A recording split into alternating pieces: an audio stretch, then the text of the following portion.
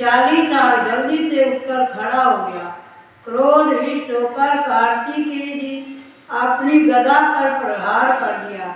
ब्रह्मा जी के वरदान की सफलता के लिए शंकर पुत्र कार्तिकेय पृथ्वी पर सो गए। गणेश जी और नंदी भी गदा प्रहार से व्याकुल होकर धरती पर गिर पड़े। वीरभद्र पर प्रहार किया, वीरभद्र का सिर फट गया, रक्त बहने लगा। व्याकुल होकर धरती पर धराशायी हो गए। धरती पर गिरा देकर शंकर भगवान चिल्लाते हुए युद्ध भूमि में बड़े वेग से भाग कर निकले। 15वां अध्याय।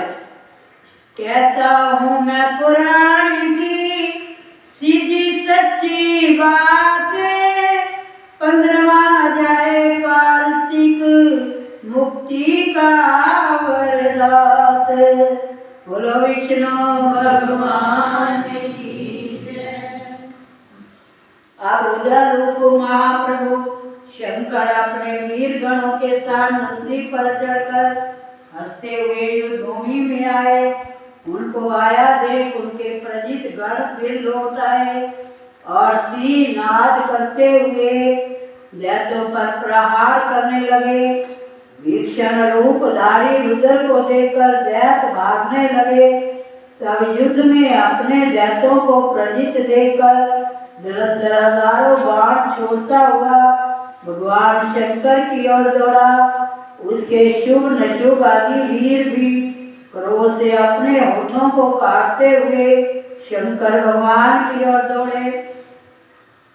इतने में शंकर भगवान जी ने जलंधर के सब बाण जालों को काट कर अपने गणों को निर्भय कर अपने अन्य बाणों की आंधी से दैत्यों को पीड़ित कर दिया। खड़गमलोमा नामक दैत्य को अपने फरसे से मार डाला। बलहा का सिर काट दिया। घसलन भी मारा गया। शिवगण प्रजन नामक दैत्यों का सिर काट डाला। किसी को शिवजी के बैल ने मारा, कई उनके बाणों द्वारा मारे गए। अब तो भीषण युद्ध होने लगा। जलंधर और शिवजी भगवान को युद्ध में जो है दैत्य लोग ठहर ना पाए और इस प्रकार शिवजी भगवान ने जो है जलंधर के सेनापतियों का बलहा का सिर काट दिया और भस्मर को मार दिया। शिवगण और धरती पर से डाल दिया। किसी को शिवजी के बैल ने मारा। ये देखकर जलंधर अपने शुभ नशुभ आदि दैत्यों को धिक्कारने लगा। भयभीतों को धैर्य देने लगा। किसी प्रकार भी वे त्रास दैत्य दोबारा युद्ध भूमि में जाने को तैयार न हुए। दैत्य सेना ने प्लान शुरू कर दिया। तब महाक्रोधित जलंधर शिवजी को अपनी ओर ललकारने लगा। साथ ही उसने 70 बाण मारकर शिवजी को दग्ध कर दिया। बहुत से बाणों का प्रहार किया। शिवजी उसके बाणों को काटते रहे, यहाँ तक कि उन्होंने जलंधर की ध्वजा क्षेत्र धनुष को भी काट दिया। फिर 60 बाण मारकर उसके शरीर पर आघात पहुंचाया। धनुष के कट जाने से जलंधर ने प्रचंड बाण मारकर उसकी गदा के टुकड़े कर दिए। तब उसने समझा शिव मुझसे बलवान है। उसने गंधर्वी माया पैदा कर दी। अनेक गंधर्व अप्सराएं गण पैदा हो गए। वीणा मृदंग आदि बाजों के साथ नृत्य गान होने लगा। अब जब जलंधर ने देखा कि शिवजी भगवान जो हैं ये किसी प्रकार से भी पराजित नहीं हो रहे, तो उसने गंधर्वी माया रची और गंधर्वी माया के अंदर वीणा मृदंग बाजे नृत्य गान होने लगा और सभी रुद्र जो है उस पर मोहित हो गए। उन्होंने युद्ध बंद कर दिया।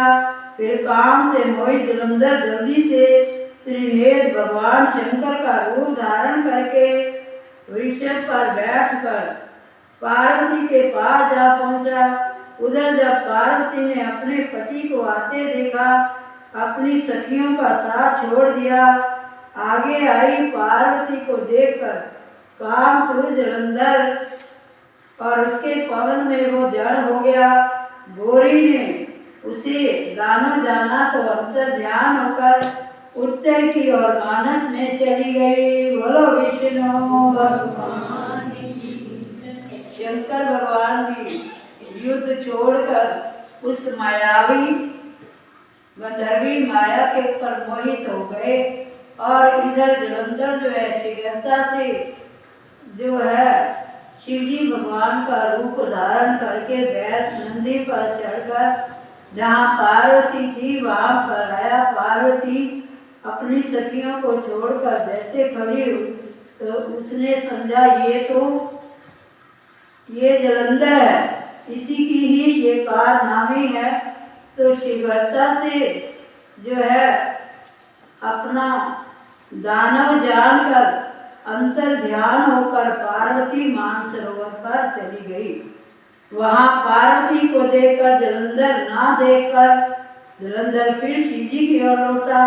उधर पार्वती जी ने भगवान विष्णु को बुलाकर दैत का वो कृत्य कहा और ये प्रश्न किया, क्या आपको इसका कृत्य पता नहीं? भगवान विष्णु ने हाथ जोड़कर उत्तर दिया, आपकी कृपा से मुझे सब कुछ पता है। हे माँ, जो आज्ञा वो पालन करो। जगत माता ने विष्णु जी से कहा, उस दैत ने जो मार्ग खोला है उसी का अनुसरण उचित है। मैं तुम्हें आज्ञा देती हूँ, तुम जाकर उसकी स्त्री का पतिव्रत धर्म भ्रष्ट करो, वो दैत तभी मरेगा। पार्वती की आज्ञा पाते ही भगवान विष्णु पार्वती की आज्ञा शिरोधार्य कर छल करने के लिए जलंधर की नगर की ओर आ गए। बोलो विष्णु भगवान की। 15वां अध्याय समाप्त। कथा समाप्त हो जाए। विदा हुए हनुमान।